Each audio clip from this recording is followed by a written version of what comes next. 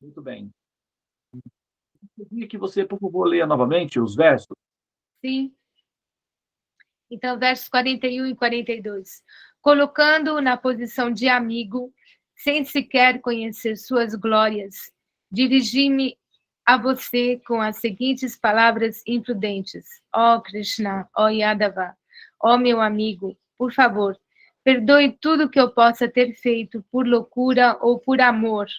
Quantas vezes o desonrei brincando, enquanto nos descontraíamos, deitávamos na mesma cama, sentávamos ou comíamos juntos, às vezes a sós e outras vezes diante de muitos amigos. Ó infalível, por favor, perdoe todas essas minhas ofensas. Hare Krishna. Hare Krishna.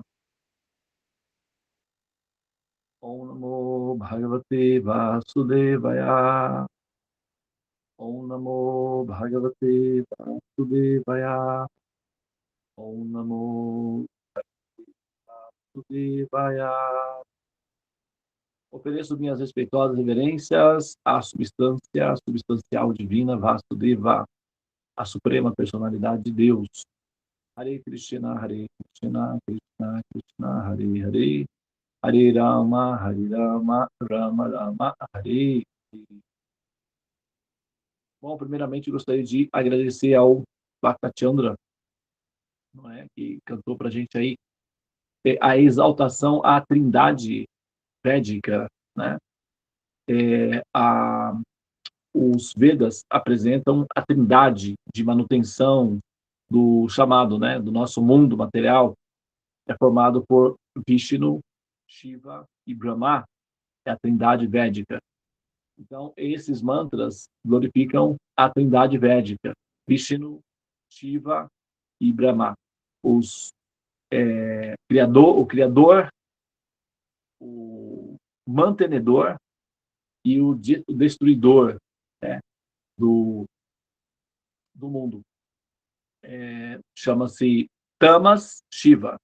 Tamas, que significa solução, né? Quando fala destruidor, na verdade, nós estamos falando do processo de entropia, que é a dissolução. Depois, a Brahma, aquele que cria. Brahma é o criador do universo. Ele recebe as Shakti, que é a potência de Vishnu, e também a orientação de como criar as formas e fazer a manutenção do mundo. Isso é feito por Brahma, ele é o arquiteto do universo, ele é o criador do universo, embora ele não seja a suprema personalidade de Deus, embora ele não seja Deus propriamente, ele é o criador. É como, por exemplo, quando uma empresa de construção contrata um empreiteiro, né? Então, o empreiteiro, né, vai e pega todos os elementos, cimento, pedra, aço, etc., e dá forma à construção, que foi intelectualmente projetada pelos engenheiros, ou arquiteto, ou engenheiro. E, nesse sentido, o Senhor Supremo, ele é o arquiteto do universo, né?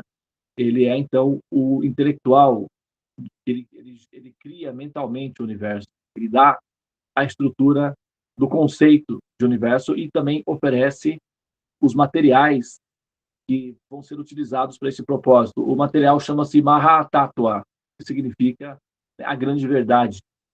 Então, que compõe todos os elementos materiais, terra, fogo, água, ar, éter, o princípio, mente, inteligência e Ahankara. Estão todos disponíveis.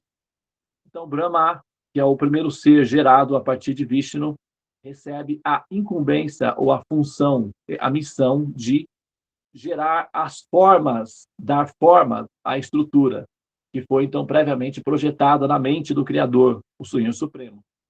E Brahma, então, vai criar essas formas a partir dos elementos oferecidos. Então, Brahma, ele é como que o mestre de obras do universo.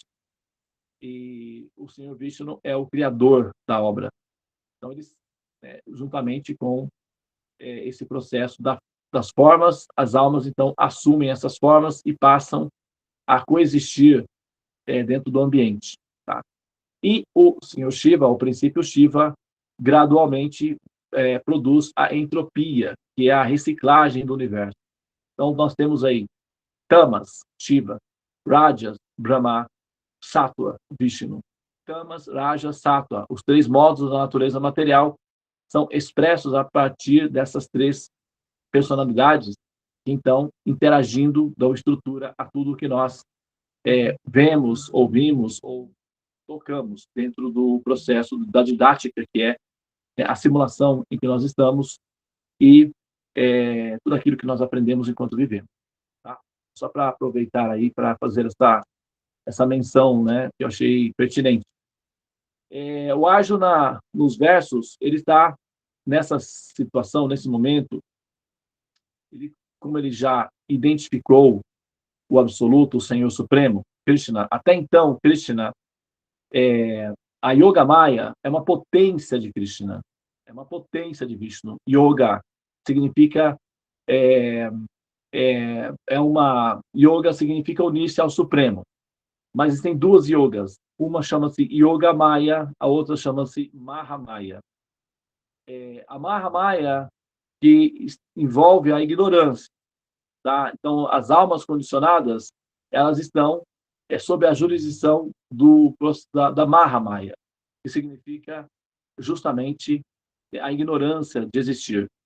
A Yoga Maya, que significa a consciência do ato de existir na relação com o Supremo, com Deus. Então, o ser está desperto, iluminado, ele entende a função da existência e compreende as diferentes posições, tanto da alma individual como da alma suprema, a suprema personalidade de Deus. Não há conflitos nessa percepção. A alma iluminada, ela não tem conflitos com a existência de Deus, ela não tem considerações ou preconceitos ou ressentimentos pelo fato de ela não ser Deus e haver Deus. Então, ela se entende como um ser parte integrante de Deus, mas ela não sente remorso em relação a isso, pelo fato de ela não ser Deus e de haver um outro ser que seja Deus e não ela. Então, esse ressentimento da alma de não ser Deus passa com o tempo. E ela, então, entende que está tudo bem. Ela está satisfeita com a própria existência enquanto alma e ela está muito feliz de que Vishnu seja a pessoa suprema. Então, não há conflitos de relacionamentos nesse ponto. Tá? Isso tem a ver com a imersão na Yoga Maya, que é o aspecto que produz Ananda, felicidade de existir. E Arjuna, ele sempre conviveu com o Krishna, só que ele não tinha a noção da percepção de quem se tratava Krishna. Isso é ação da Yoga Maya. Por quê? Quando nós estamos sob o efeito do conhecimento, nós reconhecemos Deus. Nós sabemos Deus, a posição de Deus, é o Criador Supremo, nós nos posicionamos como reverentes e como pessoas que adoradores, vamos dizer assim, aqueles que adoram o Supremo. Isso envolve reverência, respeito, consideração, cuidado, enfim, né, os protocolos que se oferecem para uma pessoa importante e superior. Então, existe uma diferença entre o superior e o inferior. Na função didática da aprendizagem, essas diferenças elas são importantes, porque nós conseguimos compreender, né, as diferentes realidades, e isso é didático. Todavia, quando essa compreensão já foi assimilada, ela não é mais necessária de estar presente. Então, o ser ela já assimilou a compreensão de que ela é uma alma e de que a alma suprema tem também o direito de existir. Então, ela libera Deus para que ele possa existir livremente, sem a tirania de que ele não possa existir. Então, ela fica em paz com o fato de que ela é alma. Esse conhecimento é necessário no início, mas depois que esse conhecimento já foi assimilado, então vem a outra etapa, que é a etapa do relacionamento afetivo, do amor. Para que esse relacionamento afetivo, para que esse amor se estabeleça, é importante que não haja a percepção da grandeza do Supremo, porque senão a alma permanece eternamente em estado de encantamento, em estado de adoração. E nesse ponto ela não consegue ter um relacionamento natural, um relacionamento normal, íntimo. Por exemplo, imagina que, vamos colocar aí que assim, vamos colocar uma pessoa famosa que todo mundo conhece, né? O Michael Jackson. Então vamos pegar o Michael Jackson. Então ele aí tem um filho, né? Um filho.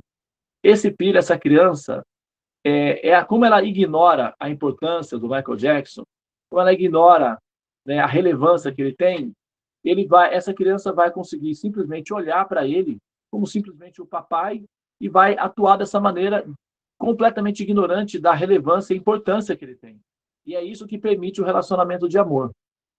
Se essa criança sabe da importância que tem esse ser, pronto, já não há mais como ter o relacionamento. Assim, da mesma forma, nós imergimos no Supremo após a compreensão do absoluto em estado de encantamento de amor. E essa é uma função da Yoga Maya.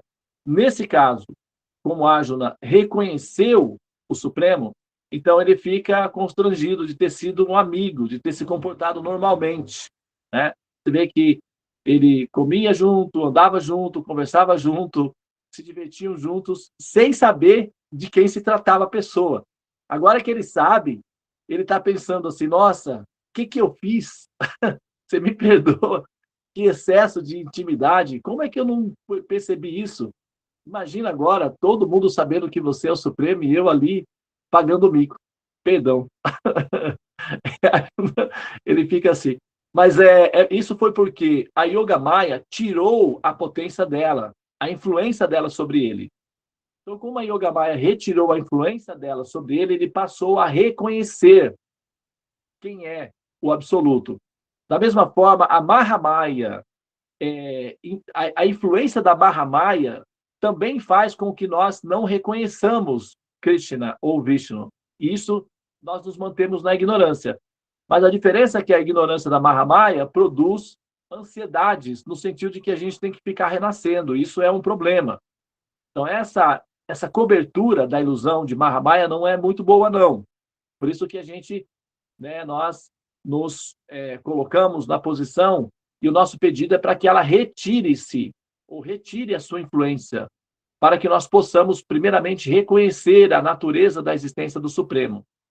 Depois, nós invocamos que a Yoga Maya nos influencie, para que nós possamos imergir em amor ao Supremo. Então, sair da Mahamaya e entrar na Yoga Maya. Essa transição chama-se iluminação ou liberação. Tá? E nós estamos aprendendo sobre essa transição para que, quem sabe, por que não sermos aí candidatos elegíveis para essa influência da Yoga Maya. Ok, pessoal? Muito bem. Hare Krishna. Nós vamos agora dar sequência no nosso sadhana. E, nesse ponto, eu vou pedir que você, por favor, tome um pouco de água. Hare Krishna.